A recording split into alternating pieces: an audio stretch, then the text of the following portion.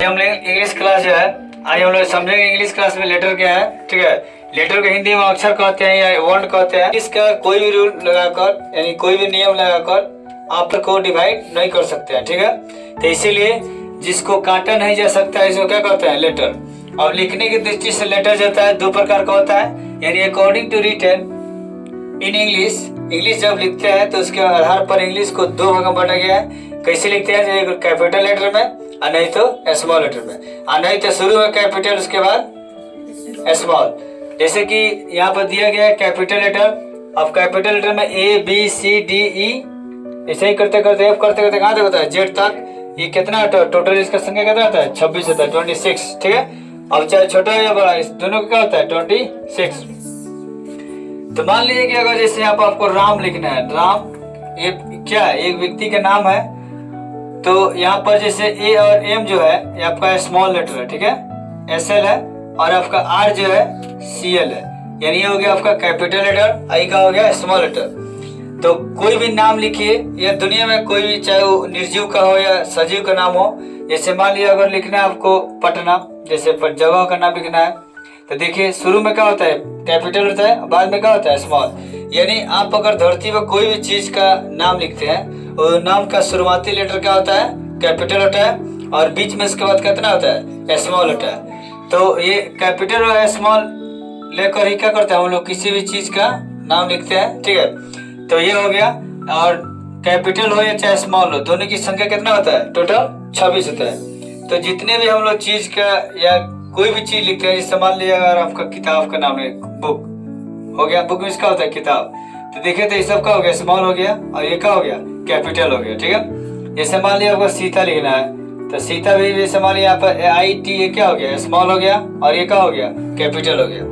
यानी कोई भी चीज लिखिए, जैसे आपको पेंसिल लिखना है, तो पेंसिल का ये सब बात में क्या होता है, स्मॉल, बाकी शुरुआती क्या होता है। यानी लिखने का सबसे ओरिजिनल इंग्लिश का तरीका यही है कि शुरुआती लेटर कैपिटल लिखिए, बाद में क्या लिखिए, स्मॉल। कोई दिक्कत? चलिए अब आप लोग आराम से उतार सकते हैं। अल्फाबेट मतलब होता है वर्णमाला। क्या होता है, वर्णमाला का मतलब होता है जैसे अगर आपको फूल बने थे, माला बनाना है, जैसे अब वर के लिए या वधु के लिए माला, जैसे आप या किसी देवता के लिए माला हम लोग बनाते हैं, तो उसमें कई सारे फूल मिलकर क्या होता है, उस माला में पिरोते हैं, यानी उसमें गांठ देते हैं। ठीक है, तो इसी प्रकार ये अल्फाबेट होता है, ये माला बनता है। तो इस माला में क्या होता है, टोटल 26 क्या होता है, लेटर को संयोग करते हैं, और तब मिलकर इसका क्या होता है, निर्माण होता है। ठीक है, यानी इसको लिख सकते हैं कि द कलेक्शन ऑफ लेटर, ठीक है, इज कॉल्ड अल्फाबेट। अल्फाबेट यानी अक्षरों का एक समूह होता है, जिसको क्या कहते हैं, अल्फाबेट होता है। अक्षरों का समूह वर्णमाला कहलाता है, वर्णमाला कहलाता है। ठीक है, जैसे मान लीजिए कि देयर आर 26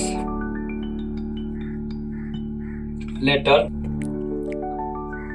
ठीक है यार, हो गया।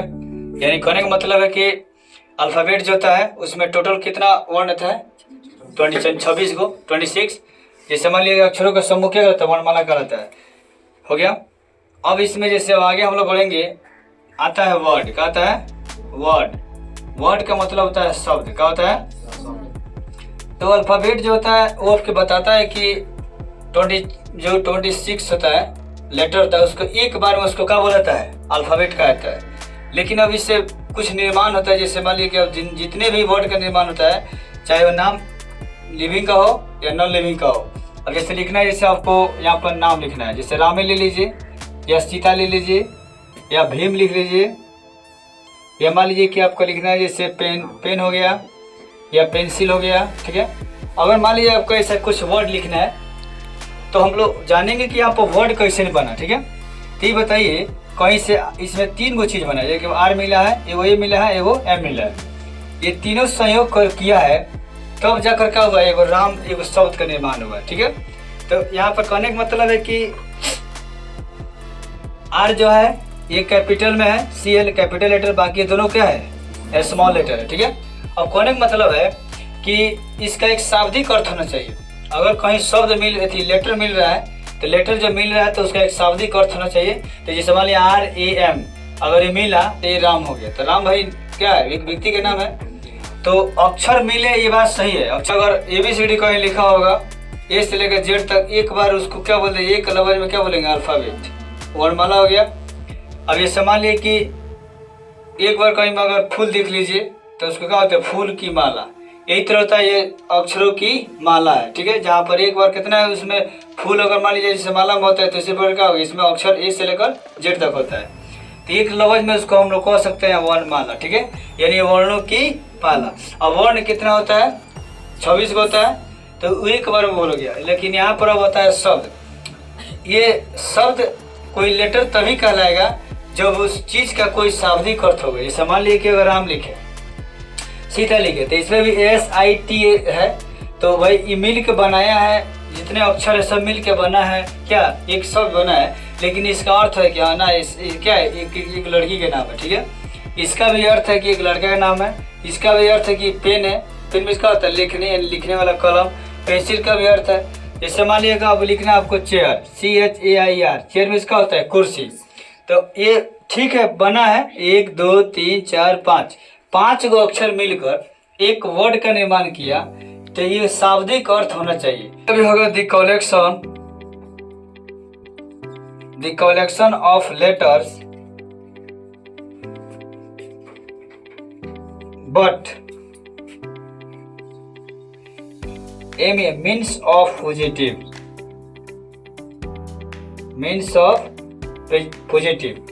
यानी इसमें भी अक्षर का मेल होना चाहिए, लेकिन इसका अर्थ क्या होना चाहिए, एक सार्थक होना चाहिए, पॉजिटिव होना चाहिए। जैसे आपको एग्जांपल के तौर पे यहाँ पे दिखाया गया। ठीक है, यहाँ भी अक्षर के मिला है, कौन अक्षर मिला है तो राम बना है 1 2 3। कहीं से भले कैपिटल है या स्मॉल, उससे मतलब नहीं है।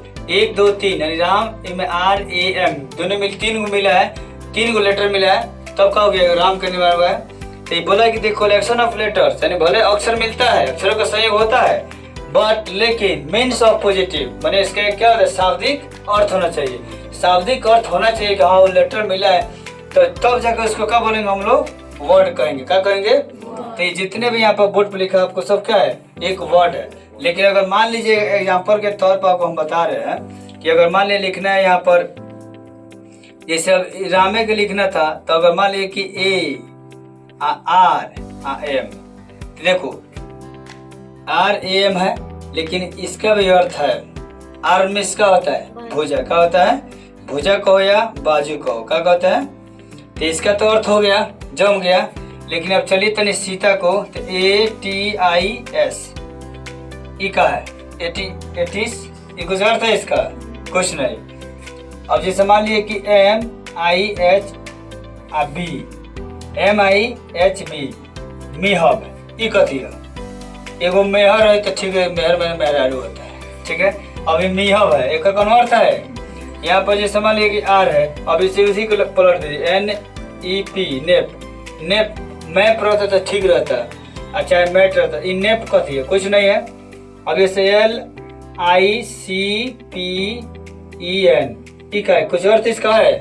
तो कहने का मतलब ये नहीं है कि आप जैसे यहाँ पर सुतार से इसका हिंदी मिल गया कि हाँ आर में इसका होता है बाजू, लेकिन बहुत ऐसा वर्ड है जो कि उसका अर्थ भले इसमें 1 2 3 4 इसमें भी मिला हुआ है, अक्षर मिला हुआ है, कौन मिला हुआ है, 4 गो, लेकिन इसका कौन अर्थ बन रहा है। तो जिसका अर्थ नहीं होगा तो मिलने से क्या फायदा, ना समझ में गया।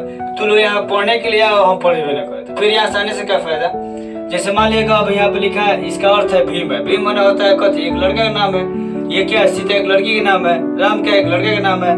चाहे एक महापुरुष थे, भगवान थे राम, ये सीता है भगवान, बस में गया। भीम थे, उनके पांडवों के मेरे भाई में से एक थी।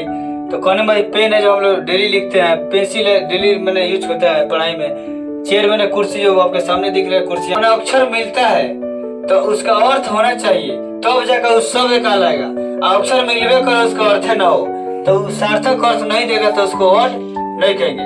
तो अक्षरों का मेल से अगर कोई सार्थक अर्थ बने, अगर बहुत सारे अक्षर मिल गए, जैसे यहाँ पर 1 2 3 4, अगर अक्षर के मिला हुआ है लेकिन इससे कोई अर्थ नहीं है तो ये वर्ड नहीं है, तो इसको हम लोग वर्ड नहीं कह सकते हैं, लेकिन इसको हम लोग वर्ड कह सकते हैं। तो भाई आज हम लोग सीख लिए कि अक्षर कोई भी हो, स्मॉल हो या कैपिटल हो, ठीक है। तो लिखने के हिसाब डिपेंड करे, शुरू में कैपिटल उसके बाद क्या होता है स्मॉल, लेकिन आप अगर उसको मिलाकर बनाते हैं दो चलिए मान लिया लिख रहे हैं, जैसे यहाँ पर कमल, कमल कमल। अब ये भाई कमल क्या है? कमल है फूल है, क्या है? फूल है। नहीं तो कमल एक आदमी का नाम होता है, आदमी का नाम है। अब जैसे मान लिया इसी को उलट देते हैं LAM अकेल कमल, तो जैसे इसको ये मैंने डाल लीजिए यहाँ पर, हो गया। अब उल्टी दिए इसको। अब अगर कौन अर्थ है? कुछ अर्थ नहीं है।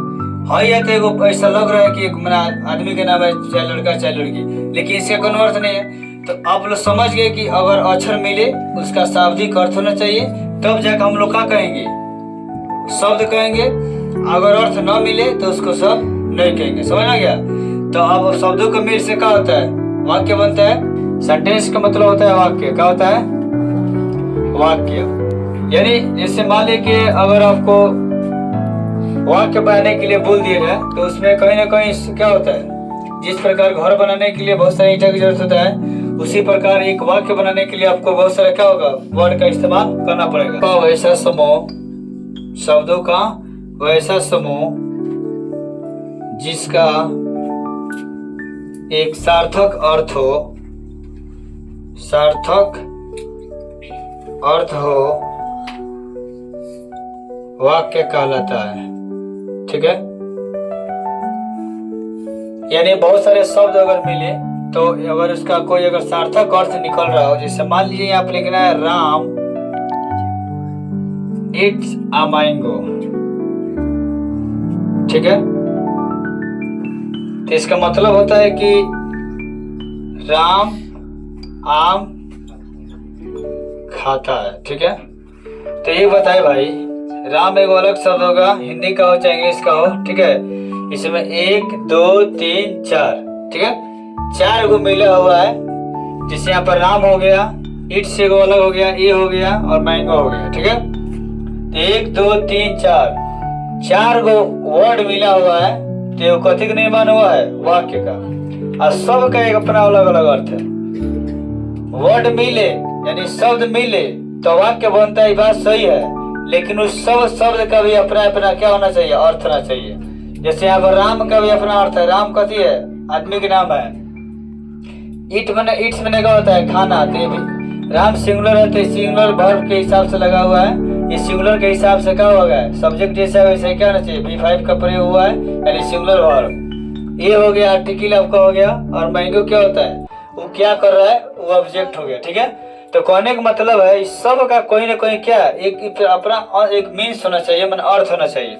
तो जब बहुत सारे शब्द मिलते हैं तो क्या बनते हैं? वाक्य बनते हैं। लेकिन उन शब्दों का सभी अलग अलग भी अर्थ होना चाहिए, और जब साथ में आए तो उनका भी एक अर्थ होना चाहिए।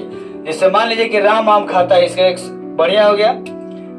यहाँ पर Ram it's a mango, Ram आम खाता है। तो अब अगर कोई बोले कि वाक्य के निर्माण कैसे होगा, तो वाक्य तभी कहलाएगा जब बहुत सारे शब्द मिले तब। लेकिन ठीक है, वो मिलना चाहिए, जरूरी है, लेकिन सबसे जरूरी है कि देखना चाहिए कहाँ मिल रहा है।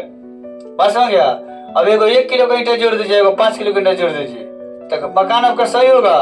नहीं, इस बढ़िया से डिजाइन नहीं बनेगा। तो इसीलिए एक ही ढांचा का लमसम थोड़ा छोटा बोर्ड चलता है, लेकिन इसमें थोड़ा सा भी अल्टरनेट चलेगा। राम का भी अर्थ होना चाहिए, इट्स का भी अर्थ होना चाहिए, ए का भी अर्थ होना चाहिए, मैंगो का भी अपना सही अर्थ होना चाहिए।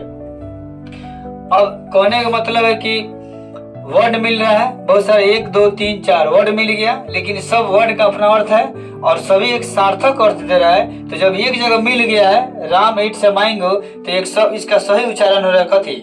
कि राम आम खाता है। तो जब ऐसी हो, जैसे मान लीजिए अब यहाँ पे लिखना है HOURSE, the horses are strong, STRONGE, strong. Strong भी इसका होता है मजबूत। यानी घोड़े क्या होते हैं, मजबूत होते हैं। तो ये घोड़े, हॉर्सेज, हॉर्सेज में इसका होता है ये घोड़ा नहीं, बहुत सारे घोड़ा।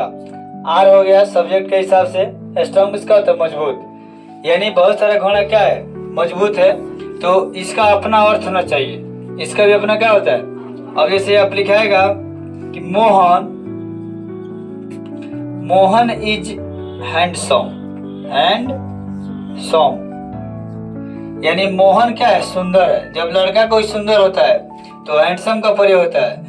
यहीं पर अगर लड़की कोई सुंदर है, जैसे मान लिया मीरा, तो मीरा इज ब्यूटीफुल, BEAUTIFUL, यानी कोई लड़का सुंदर है तो उसके लिए हैंडसम लगता है, अगर कोई लड़की सुंदर है तो उसके लिए ब्यूटीफुल लगता है। तो कहने का मतलब है कि हमको ये समझाना था कि एक वाक्य का निर्माण कैसे होता है। तो बहुत सारे शब्द जब मिलते हैं आपस में तो क्या होते हैं, एक वाक्य बनता है, लेकिन उन सब वर्डों का भी अपना क्या होना चाहिए, अर्थ होना चाहिए। जैसे यहाँ मोहन एक लड़का का नाम है, इज मन होता है हैंडसम, इसका होता है सुंदर। तो इस सब का अपना अलग अलग भी अर्थ है, और जब एक जगह आ गया है तो उसका भी क्या है, अर्थ निकल जा रहा है, तब जाकर उसको क्या कहेंगे, वाक्य। ये बोला कि the collection of words but means of positive that is called, या इज कॉल्ड कथी, सेंटेंस। यानी वो एक वाक्य का निर्माण तब होता है जब एक बहुत सारे शब्द मिलते हैं और उसका एक सार्थक अर्थ होना चाहिए। इसी प्रकार कह सकते हैं कि शब्दों का वैसा समूह जिसका एक सार्थक अर्थ हो क्या कहलाता है, वाक्य कहलाता है। ठीक है, तो आप लोग समझ गए होंगे।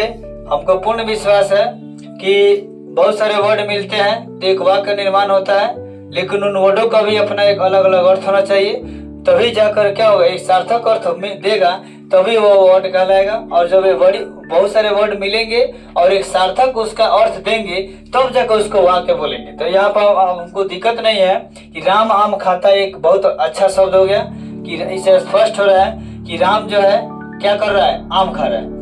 अब यहाँ मोहन सुंदर है, ये स्पष्ट हो रहा है, इससे स्पष्ट हो रहा है कि मीरा सुंदर है। तो जब ऐसे करके कुछ वैसे आता है तो इसको क्या बोलते हैं, कहेंगे कि ये वाक्य है, बात खत्म। इसको सीधी सी कह देंगे वाक्य है। और वाक्य कब नहीं होता, जब इसका अर्थ नहीं निकलता। तो अर्थ अगर निकल रहा है तो समझेंगे वाक्य है, अर्थ नहीं निकलेगा तो वाक्य नहीं है। और शब्द कहीं लिखा हो उसका एक अर्थ होना चाहिए, अर्थ होगा तो ही वर्ड कहलाएगा। बहुत सारे वर्ड लेटर होते हैं, मिलते हैं, सार्थक अर्थ दे तो उसको वर्ड बोलते हैं। बहुत सारे वर्ड मिलते हैं तो उसको सेंटेंस कहते हैं। और जब बहुत सारे सेंटेंस मिलते हैं तो उसका स्टोरी, एक कहानी का निर्माण होता है। और जब कहानी या कोई भी कविता होता है तो समझिए कि हम लोग का एक किताब का निर्माण था, जिसमें बहुत सारे क्या होते हैं, कहानियां, बहुत सारे निबंध, बहुत सारी कविताएं भरी। ठीक है, अब देखिए, अब एक है सेंटेंस का एक और आपको परिभाषा लिखवा देते हैं। A sentence is a group of words that complete sense. There are 5 kinds of sentence. ठीक है, यानी सेंटेंस को कौ भागों में बांटा गया है, 5 प्रकार। अब बारी बारी से हम लोग पढ़ना शुरू करेंगे। ठीक है, चलिए। ये जो सेंटेंस होता है, ठीक है, SENTENCE, सेंटेंस। सेंटेंस का जो है निर्माण 2 गो आपको पॉइंट, जिससे एक होता है सब्जेक्ट और एक होता है प्रेडिकेट। प्रेडिकेट, ये सब्जेक्ट और प्रेडिकेट मिलकर एक सेंटेंस का क्या करते हैं, निर्माण करते हैं। ठीक है, जैसे मान लीजिए एग्जांपल के तौर पर आपको बता दें कि राम इट्स अ मैंगो। ठीक है, तो इसमें राम आपका हो गया सब्जेक्ट, और ये आपका ही क्या हो गया, पूरा का पूरा क्या हो गया, प्रेडिकेट। ठीक है, जैसे मान लीजिए एग्जाम्पल के तौर पे एक और आपको बताते हैं। जैसे यहाँ पे है कि सी इज गोइंग टू फेयर, वह मेला जा रही है। वह कहाँ जा रही है, मेला जा रही है। तो सी हो गया आपका सब्जेक्ट क्या हो गया, सब्जेक्ट। और बाकी यहाँ से जितना है ये सब क्या हो गया, प्रेडिकेट। तो आप लोग अगर कहीं वाक्य देखिएगा तो आसान हो गया कि सब्जेक्ट और प्रेडिकेट क्या होता है, ठीक है। तो सब्जेक्ट का मतलब उसका ऑनर होता है, क्या होता है, ऑनर। जैसे मान लिए कि आपके घर का ऑनर कौन है, आपके पापा जी, आपके मम्मी। तो मान लिए कि घर का जगह मुखिया मालिक होता है ना, तो इस वाक्य का मालिक कौन है, राम। अगर खाली राम को हटा दिया जाए तो इट्स ए मैंगो, तो प्रेडिकेट नहीं काम करेगा, उसका कोई वैल्यू नहीं होगा। अगर मान लिया कि अगर इसको हटा दिया जाए, प्रेडिकेट को हटा दिया जाए, तब सब्जेक्ट बोले राम, तो उसका राम का नाम है, एक वर्ड हो गया, बात खत्म। वो कौन अर्थ रहेगा, वाक्य रहेगा, नहीं रहेगा। तो सीधी सी बात है कि कोई भी वाक्य होता है, दुनिया कोई भी वाक्य होता है, उसमें एक सब्जेक्ट होना जरूरी है। और चाहे वो सब्जेक्ट जो चाहे प्रोनाउन हो या नाउन हो, मतलब उसका एक होना ही क्या है, जरूरी है। दूसरा चीज की सब्जेक्ट के छोड़कर बाकी जितना चीज होता है सबको क्या बोलते हैं, प्रेडिकेट बोलते हैं।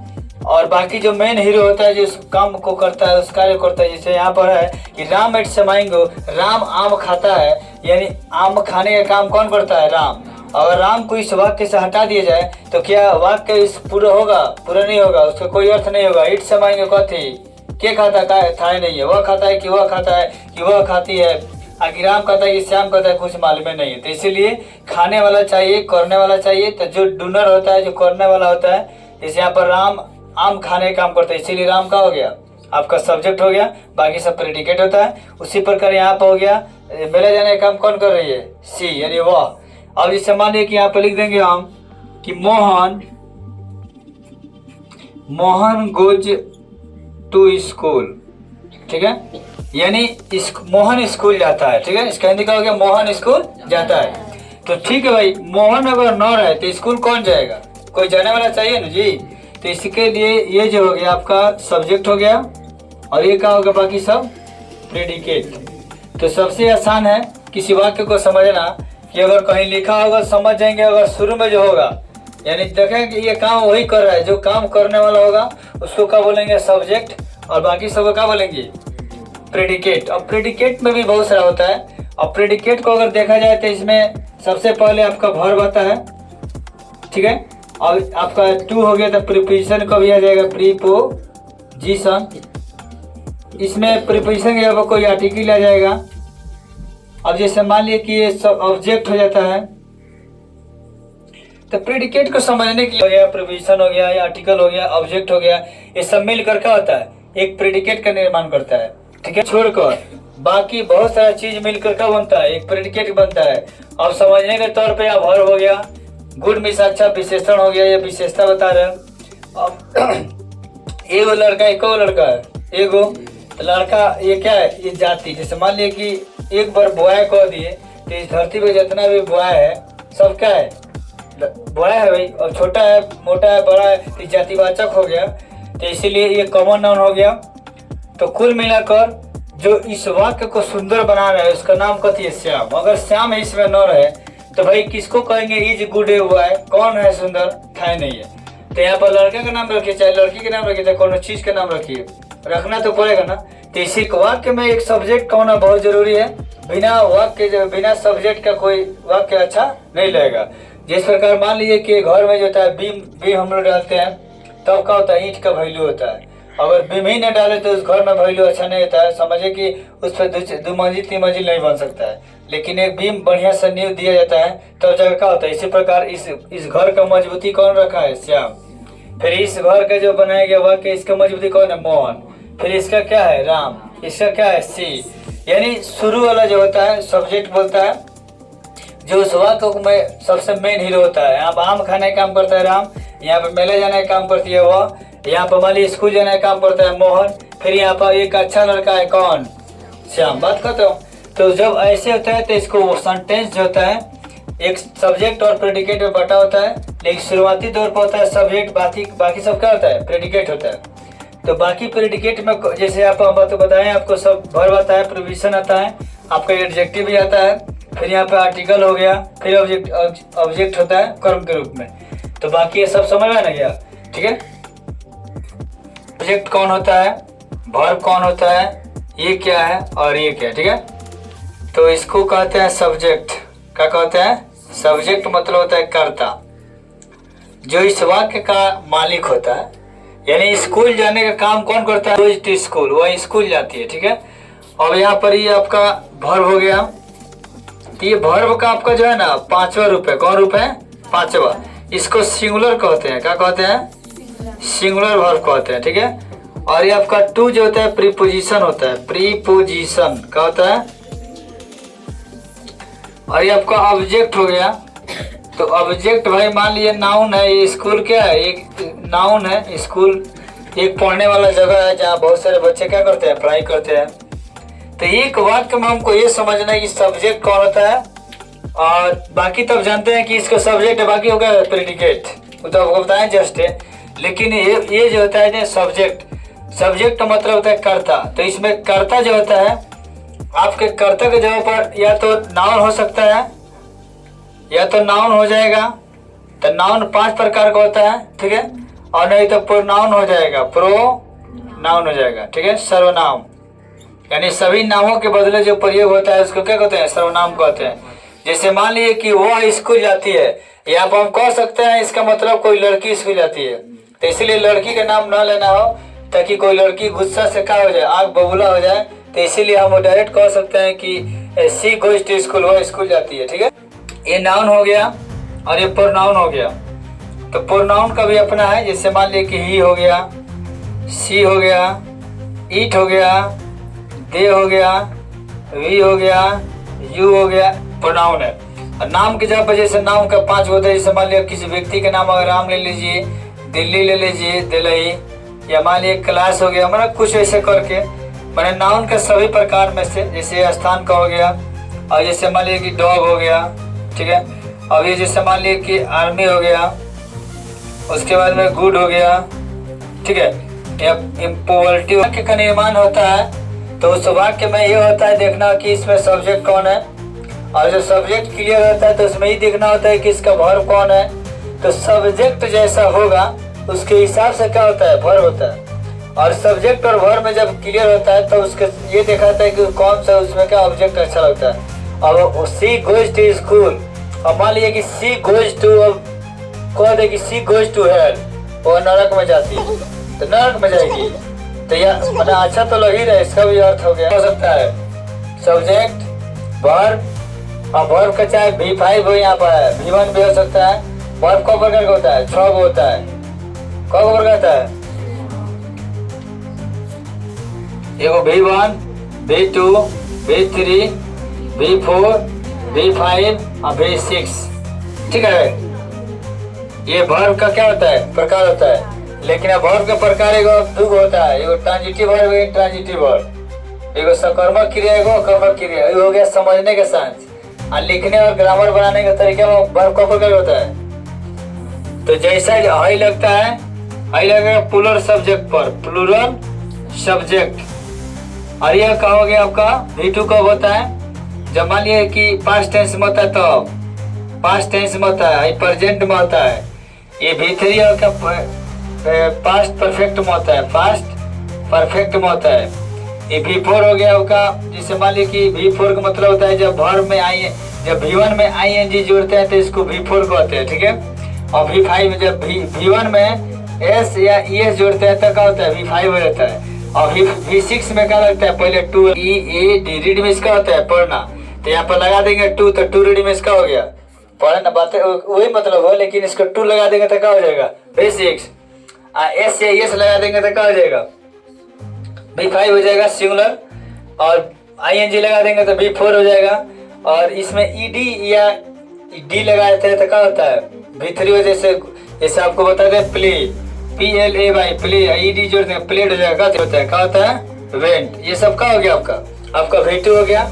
और V1 का मतलब दुनिया में कोई भी वर्ब, दुनिया का कोई भी वर्ब। जैसे आप लोग से कोई पूछेगा ईट में इसका होता है खाना, तो खाना के इंग्लिश का होता है ईट। गो में इसका होता है जाना, तो गो। ये सब का होता है? V1 होता है। ठीक है, यानी दुनिया में कोई भी वर्ब अगर आपसे कोई बोले कि फलना में इसका होता है, तो जैसे उसका इंग्लिश बोलेगा तो क्या हो जाएगा? V1। और उसमें S या ES जोड़ देंगे तो हो जाएगा V5। ED या D जोड़ देंगे तो क्या होता है? V3। आप कुछ बीच में भी इसके इंटरनल चेंज होता है, जिससे V2 या V3 में, और V4 में ING लगता है। ठीक है, तो कहीं जैसे मान लिया लिखा रहेगा प्लेइंग, PLAYING, प्लेइंग में इसका होता है, प्लेइंग में जैसे खेल रहा है, क्या होता है, खेल रहा है, तो इज प्लेइंग खेल रहा है, ठीक है। जैसे मान लिया कि Ram is playing to football, Ram cricket खेल रहा है, तो प्रेजेंट कंटिन्यूअस टेंस, ठीक है।